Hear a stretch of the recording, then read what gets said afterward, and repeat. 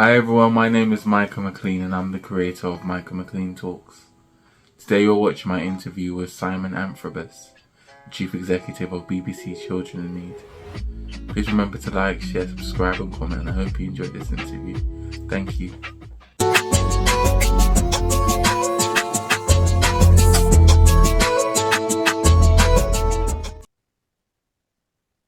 So, Simon, it is an absolute honour to have you on the platform. You are the Chief Executive of BBC Children in Need, and you've served as a Chief Executive of a number of other organisations. You have 25 years experience in the voluntary sector, and you've done so much for children and young people. So thank you for coming on. It's a pleasure to be here. Thank you very much for inviting me. Thank you. The first question I'd like to ask you is, please tell us about your early life growing up and your journey to becoming Chief Executive of Children in Need.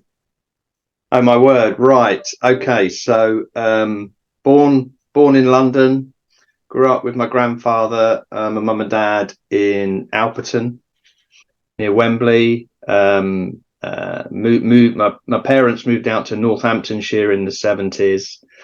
And I spent my life growing up in Northamptonshire, and I guess the school I went to was great, but there was no talk of college or university at our school. So I left and went to work in a record shop. I have a lifelong love of music.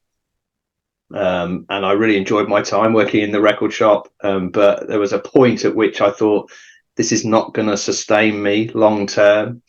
And I met a youth worker, and I was fortunate enough to get the support of a youth worker at a time when I needed it. And that youth worker opened my eyes to a world that I never really knew even existed, to be honest. And that world was the world of supporting children and young people. It was an organisation called Youth Action Northampton.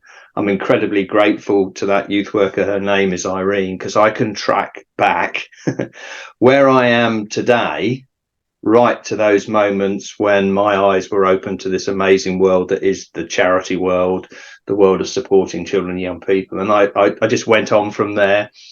I did a number of jobs supporting organisations around children and young people. I then got the chance to go to Bradford College and learned how to be a youth worker. Came back and worked in a number of organisations, and then found myself here. A good 25 years later. Thank you for reminding me. As the Chief Executive of BBC Children in Need, which is one of the most fantastic organisations to work for here in the UK. Truly national treasure, I guess. And I have to say, I have to pinch myself every time I come into the BBC offices, whether it's up in Salford at Media City or down in London, or any BBC office for that matter, because it's an absolute honour to work for this amazing organisation. And I guess the thing that I take from all of that, as I've been through my career in the organisations that I've worked for and run, the one thing that has been really important in my development has been the support of others. You've got to have a bit of drive and ambition yourself. You need probably a bit of luck. But the most important thing is the support you get from other people to help you grow and develop. And I've lapped that up. And, that's why I'm here where I am, working at this most amazing organisation. Thank you so much for that, Simon. And even following on from that, many young people, including myself, will remember the telethons that happens once a year. Yeah. We were excited, doing the fundraising and stuff. But please tell us a bit about the purpose, the scope, and the impact that Children in Need has had in the UK.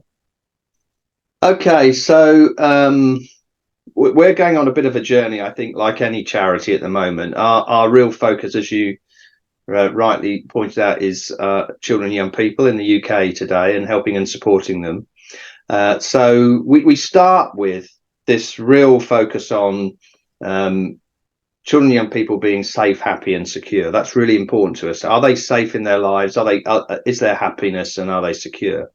But that's not the end of it. I mean, that's really important as a foundation. But the really critical thing for us in terms of the work we do when we show up on the BBC to tell our stories is can we challenge ourselves to ensure that the UK's children and young people who need it most have the opportunity to thrive and be the best they can be. And I think that's really important, because for me, that point of belief that all children can succeed at whatever defined by them, that all children can succeed, is so important. So what we're focusing on now, and we'll probably talk a bit about it as we go through this conversation, is how do we make that happen? And what is it for the children and young people that we support that prevents that from happening?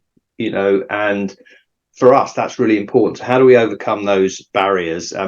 Part of what we're doing is making sure that, as you talked about, the telethons, the fundraising, that's absolutely critical to us. We want to raise as much money as we possibly can to fund organisations across the UK to deliver those outcomes for children and young people.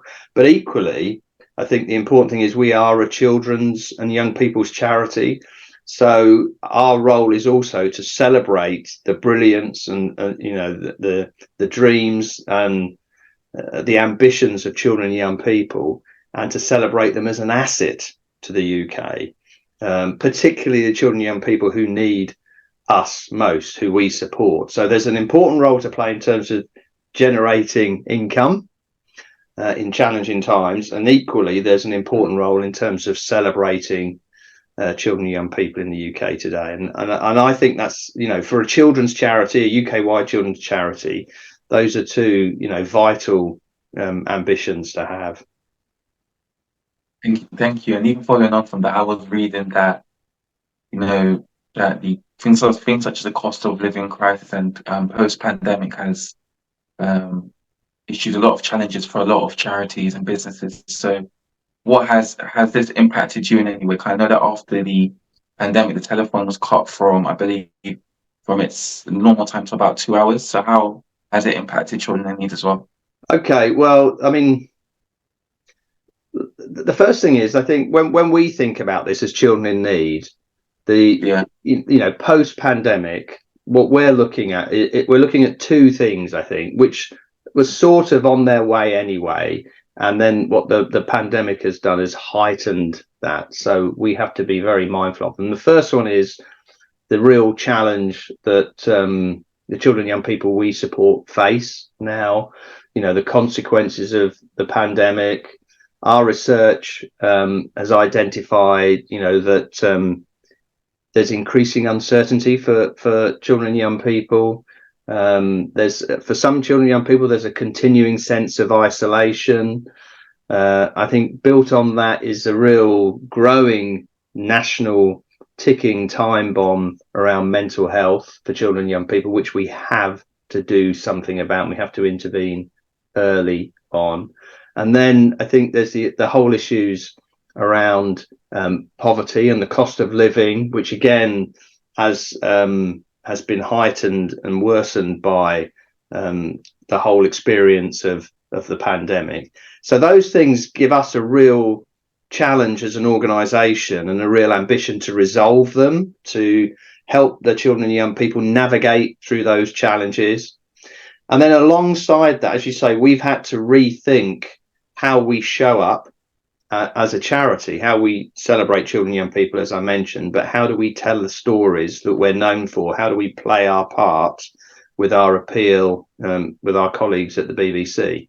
And that's required some changes. So yes, we did the big night in as part of with Comic Relief, which was an amazing event with the BBC during COVID times, and that taught us a lot about how we might operate as children in need and our appeal. So as a result of that, one of the decisions we took, and it was only based out of the fact that the way people consume television these days, they don't really sit for a marathon of 7 o'clock to 2 o'clock in the morning. They're more likely to watch television over shorter periods. So we took the decision that maybe the best way to I guess, show up on the BBC and tell our stories. And it's only one thing that we do across our whole appeal is our night of TV, which usually happens on a Friday in November. We were going to focus down on 3 hours from 7 until 10. And that's worked extremely well because it's not the only thing we do as part of our appeal. You know, there are many other things on the BBC, but bringing those two together, I think, so making sure that we're really telling the stories of what's happening to children and young people today. And that's been a massive impact post-COVID. And then properly showing up to our audience and our supporters on the BBC. Thank you so much for that. And even on your topic of mental health, one powerful thing that Children in Need did was they did a campaign which featured Pudsey the bear without his Yes. bandana. So please, can you just tell everyone about the campaign and the inspiration behind it? Well, I joined Children in Need in 2016, November 2016. And as part of my kind of understanding of how the organisation ticked and operated and what were the priorities, I spent a lot of time talking to the charities that we fund across the UK, and it kept coming up, this issue of mental health. So in 2017, we took the decision to set aside £10 million of Children in Need money to fund activity in mental health. And we specifically focused on that age bracket between 8 and 13. So this is a moment when children, you know, these are not the children that maybe have a clinical diagnosis in terms of their mental health, but they may be a bit anxious, sad, worried.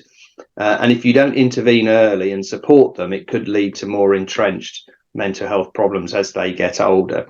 So how could we get a bit upstream, provide the right kind of support? And we funded a whole range of activities to properly understand what might work best. And two things came out of that, which were really important. So the first one was that sometimes children and young people, they don't know necessarily how to articulate their feelings. And sometimes they're a little bit afraid of doing that. If you're a 7 or 8 year old, it's not easy to talk about your mental health and well-being. So that was a critical thing. How could we do that? And then how could we equally kind of communicate the message that some of this stuff is hidden away? And what was clear was we needed to address both of those issues. So ensuring that children and young people are able to articulate their feelings and to give confidence to trusted adults and parents to engage in conversations about that, and then to demonstrate that this is not always visible. And the consequence of that work, we learned a lot over the last 5 years, was that we produced this campaign, as you picked up, called Behind the Bandana. So for the first time, Pudsey removed his bandana to reveal both eyes. And essentially what we were saying was that, it was a representation of the fact that for a lot of children and young people, the challenges they face, particularly around mental health, are not always visible. So we just wanted to kind of shine a light on that issue, and then to say that because of that, what we feel is really important is that, I guess, trusted adults and parents have the confidence and support and the tools and resources to have those conversations with the children and young people. And I have to say, the response to it has been absolutely amazing. The level of support we've had, the downloads on the resources and tools that we've provided to enable those conversations to take place have been incredible. And that's really heartening to us, because we did a bit of research recently with our organisations that we fund across the UK. And there's about 1,800 of them at any given time. And what they said to us is that it doesn't matter what they're doing, their intervention. They might be a youth club, they might be a hospice, they might be an organisation providing support to disabled children and young people. pretty much across the board, they were experiencing real challenges with children and young people's mental health. So we know there is a job to be done there. And if we don't address it, as I said, at that early age, the 8 to 13 age, then it can only get worse. Alongside that, so we've learnt that lesson, and that's really important, and we're going to do more of that. So this is the beginning of a longer term campaign for us around improving the UK's for children and young people, their mental health and well-being. But alongside that, we also fund activity across the UK. So at the moment, there's just over 450 grassroots community organisations that we fund that are dealing specifically with children and young people's mental health and well-being, and that's investing £30 million of fundraised money that's been donated by the great British public, which we're incredibly grateful for.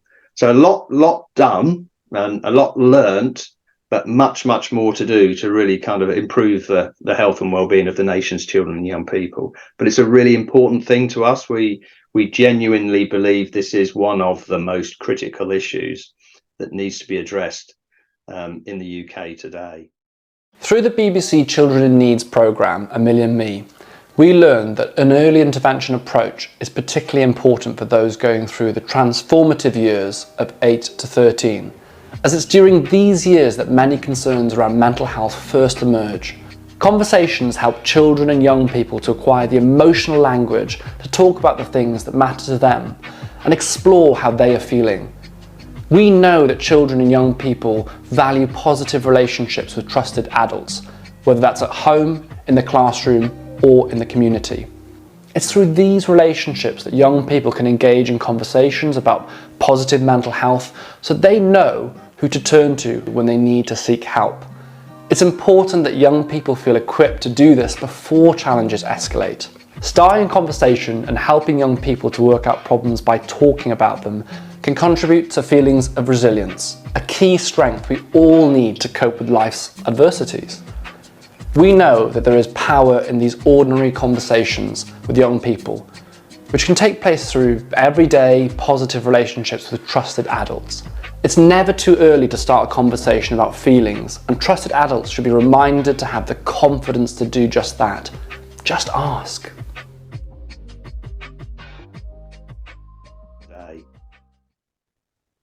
Thank you so much for that, because even reflecting on your comments, not all, disabilities are even visible, not all mental health issues are visible. So that's really powerful what you've done there. And even following on from that, I was excited to see that you're in partnership with Asda. Yeah.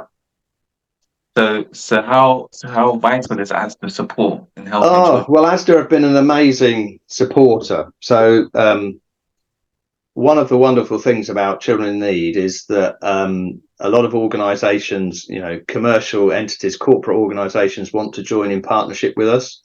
And we've had a relationship with Asda now as a corporate supporter for 23 years, which is incredible. And over that period, they've raised something like £31 million for Children in Need. So it's a fantastic relationship. And Asda are critical, not only because they're totally bought into what we're trying to achieve, and they'll fundraise for us, but they understand the issues. So we're, as much as we're interested in mental health, and it's a really important area for us, that equally one of the challenges that can cause distress and upset amongst children and young people is the cost of living crisis and poverty. And Asda understand this as well. So alongside the issue of mental health, we're also interested in how we can help and support children and young people navigate, and their families navigate, the challenges of poverty. So we've just launched this year with Asda a whole new program of activity, which is called Fueling Potential. So it sort of plays to what we're talking about as being one of the biggest issues for children and young people, which is how do you help them achieve their ambitions? How do you help them thrive and be the best they can be? And if they are challenged by the cost of living crisis and poverty, then fueling that potential is really important. And as I say, Asda have been a great partner in understanding those issues and helping and supporting us. And it goes beyond the fundraising. This totally integrated into what we're trying to do in terms of deliver outcomes at local grassroots community levels. And they're just one of some amazing partners that we've got. We've got Greg's who've helped and support us for over a decade now. These are really important organisations that play a part with us in delivering our ambitions for children and young people. No child should be held back by food insecurity. That's why Asda is aiming to fundraise together with its customers and colleagues to help children in need from projects like this youth club here in Ashton. I'm Renee Yassine. I am the Head of Youth and Community for Linley Educational Trust and the Project Manager for Ashton Youth Club. A typical night here at Ashton Youth Club looks like lots of activities such as table tennis and pool, and of course the bonus is the opportunity to get a hot meal for lots of young people. Since the cost of living crisis, lots of young people and their families have struggled with various issues such as hot meals, heating up their houses. The youth club and coming here provides all of those things for them, especially during the school holidays, that they're still able to get something warm to eat. Without the funding from BBC Children in Need, I just don't know where a lot of our young people would be. So we have had this lot of funding for the last 2 years and it's been brilliant, specifically post-pandemic. We've created a safe environment for young people and their families, because a lot of parents put trust in the youth workers that they're bringing their children here and that they will be in a safe environment and they're going to access lots of stuff that they wouldn't otherwise. I would say a big thank you to Asda's customers and colleagues who have raised money for BBC Children in Need, because if it wasn't for that funding, we wouldn't be able to do the amazing work that we do. So thank you very much and keep donating. Having projects like this one in our local community benefit from the BBC Children in Need grants is just fantastic. This is exactly why fundraising by Asda customers and colleagues is so important. Together we can fuel children and young people to fulfil their potential.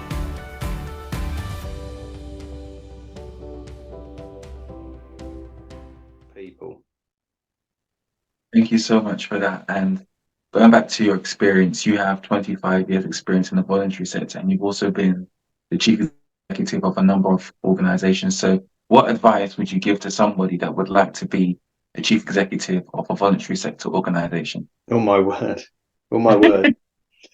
That's an interesting one. So I think the thing is, the first thing, and it might sound a bit flippant, but I think it's important. One is to have a sense of value.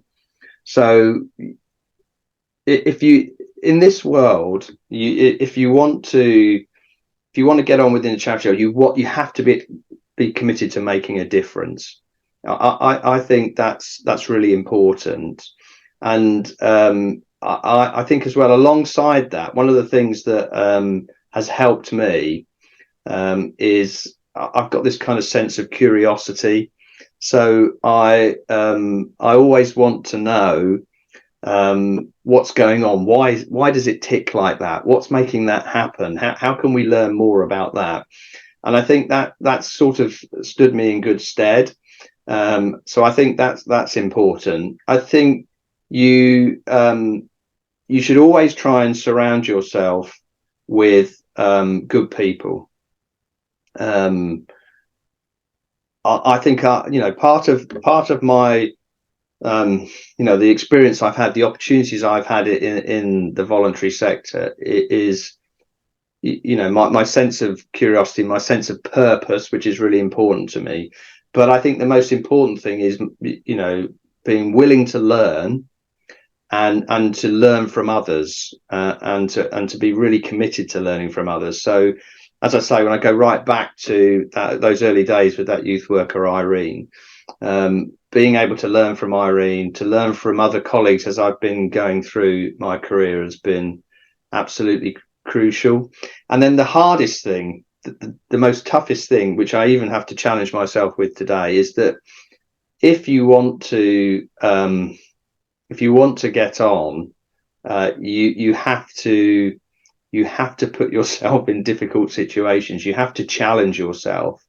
And I don't mean it has to be really bad, but you before coming to this interview, I have to kind of focus myself and think, right, this is, he's a nice chap. We're going to have a nice conversation, but it's like slightly nervous element. And that, I think that's a really important part of developing your career. So, be curious, have a real willingness to learn, stay true, I think, to your purpose, your own purpose and values.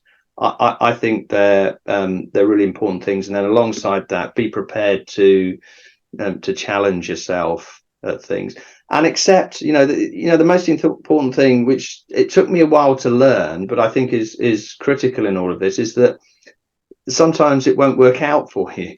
Sometimes you will get things wrong, and be willing, that's part of the learning process. Be willing to take the feedback, be willing to accept that as you go through your journey, you might want X job and it might look like the best job in the world, and you go for it and you don't get it. That's part of learning how to operate in this world. But the thing that sustains me in all of that, to be honest, is the difference, the part I can play in the difference we might make in the organisation I'm working in. So the part I might play in the difference we can make to children and young people. And I think if you can find joy and pleasure and energy in that, then you will succeed. And one of the things that I learned a lot, and I have to accept, I'm in a position of privilege now, and I have to understand all of that. I'm a white middle class male, but I would, what happened to me when I was much younger opened my eyes to a world, and what we need to do now is ensure that those children and young people who maybe aren't even thinking about the opportunities that we might have, get those opportunities. They have the opportunity to think about wider options in than they might have at this moment in time. That's so critical and important to me. Thank you so much for that. And even following on from that, what have been some of your proudest achievements as Chief Executive of Children in Need? Oh, my word. I guess, the thing that I love most about my job, which I do on a regular basis, is when I go and visit some of the projects that we support. And I think it's a hugely humbling and inspiring and sometimes quite sobering experience when you go and visit these grassroots organisations, some run by volunteers, who are making a huge difference to the lives of children and young people because they have been funded by Children in Need, which in turn has been supported by the great British public. That for me it's one of the special moments in working for Children in Need.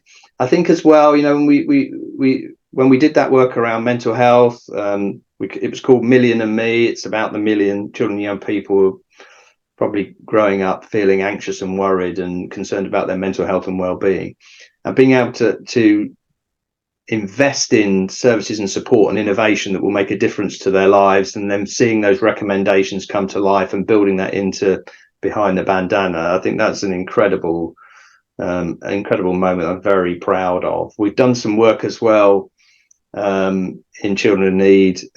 We call it We Move. It's a £10 million investment in young black talent, and I was able to go and visit a couple of the projects that we funded in Brixton and East Croydon just a couple of weeks ago.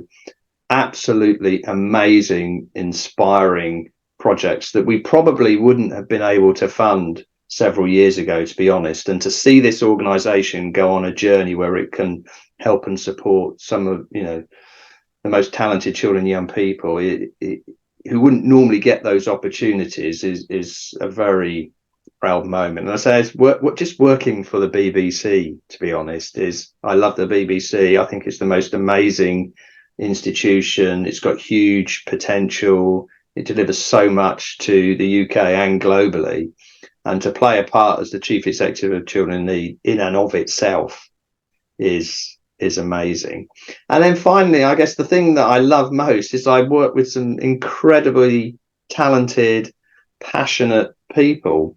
And just one final story, you know, that really kind of hit home to me was I met a young person some time ago, early on in my journey here at Children in Need, who was supported by one of the organisations that we fund, and she was the most amazing young person. And I thought, you're going to go somewhere. You know, you're supported by one of our organisations, but you're not going to be held back. And she went on to get a degree. She came and worked for us, and now she's leading a really important piece of work for us, and is a senior leader in the organisation. And for me, that's like that one, you know, that is one of the most proudest moments of working for this organisation. You can see somebody who was helped and supported by Children in Need become a real, you know, a real leader and shaper of the future for this organisation. That's fantastic to see. Thank you, Simon. And what are your hobbies outside of being the chief executive? Okay, two things other than my family, which I absolutely love. The two things that are my go-to hobbies. One is music. So as I said, I worked in a record shop many years ago. I love music. I've got a huge vinyl record collection. I'm still buying CDs. One of the few people probably, and I up until very recently played in a rock band. So music is a real passion. I love it. And then on the other side, I love my football and sport, but football in particular, I will pretty much watch any football match if it's on the television. But I'm a season ticket holder for Peterborough United, so Okay. and go and watch them regularly. And those two things, you know, they're the opportunity. I think, as much as I love my job and it's the most amazing thing, and you know, I come to work with a spring in my step, it's nice to have something slightly different and out of that world. So listening to music and going and watching a great football match, mostly the opportunity for Peterborough to win, but not always. You know, they're real good. That's real good fun for me. Thank you so much. And even drawing upon your experience, you were involved in the Dying to Belong project. Yes. Firstly, for anyone who might not know what it is, please tell us about that. And the second part of the question is, how can government organizations, charities, and different parts of society work together to tackle the issue of young people being either recruited or groomed into violence? Well, thank you for asking about that. I mean, it was quite some time ago, but I still think it's an important topic. So probably about 2007, 2008 and 2009, I was asked to chair a national inquiry into gangs and youth violence. And I had a group of like a committee around me to help me of you know, academics, of parents, young people, and community organisations. And I had the opportunity to conduct an inquiry in the UK. So go and visit lots of organisations and institutions that were on the front line of gangs and youth violence, but also went to Boston, to LA and San Francisco to hear how it was being dealt with in the States, from a kind of policing point of view, but equally from a kind of community point of view. And it was a fascinating and really engaging and inspiring experience. And essentially, it taught us a lot about, and people can go and the document Dying to Belong is still out there. It taught us a lot about what you need to do, the kind of fundamental things you need to have in place for young people to make the right choices when they're presented with those moments when they could end up in a gang. And I guess I can give you a little bit of an insight into that. And things have changed and developed over time with county lines, but I think the principles are still important, which is that for any community that is challenged by youth violence and gangs, the bedrock of support starts with appropriate youth provision that's universal and available to every young person in that community, that's a safe place You have to start with that. That's really important. And you need all institutions and we met some in the States when we were in LA, working collaboratively together. So it doesn't matter whether you're the youth club or you're the youth offending team or you're in the social care environment. You've all got to work together and try and do your very best to support those young people and children that are at risk. And I think that's a fundamental thing, because one of the things that struck me when I did that inquiry was that a lot of the young people who end up, mostly young men, who end up in gangs and then end up in this whole abuse around county lines, have got lots of they don't have a sense of self-belief. Nobody has said, you are of value, you are really important to us, we want to help you. So I think you need that bedrock of support, but you equally need to be able to demonstrate that you believe in these young people and that there is another path they can take. And I think that's absolutely critical in all of this. And then I guess the thing that we're challenged by at the moment is that a lot of that is disparate and underfunded.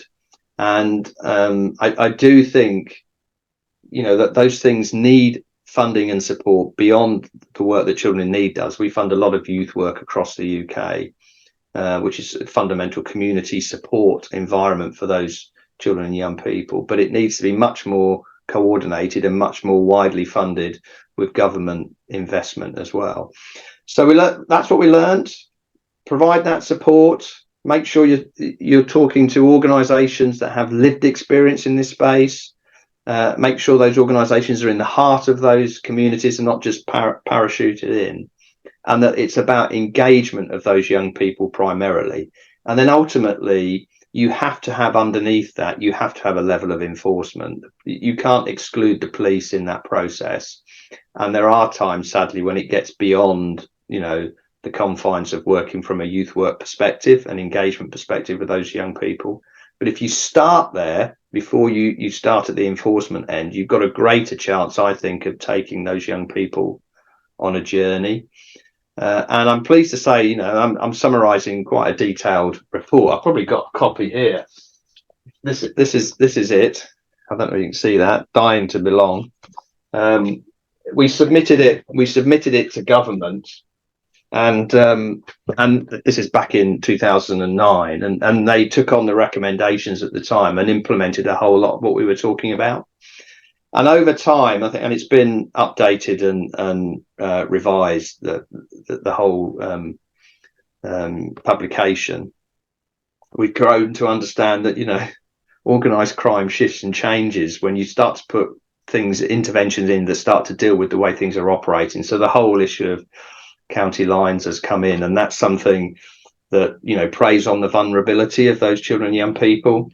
And what we're doing now as Children in Need is we're playing our part in funding some of that activity across the UK that helps and supports those young people who at that moment of vulnerability probably need the power of a positive relationship and a trusted adult to guide them and support them on making more positive choices. Thank you so much, Simon. And I'd just like to ask, for everyone watching this interview, how can they find out more about Children in Need and give to the charity?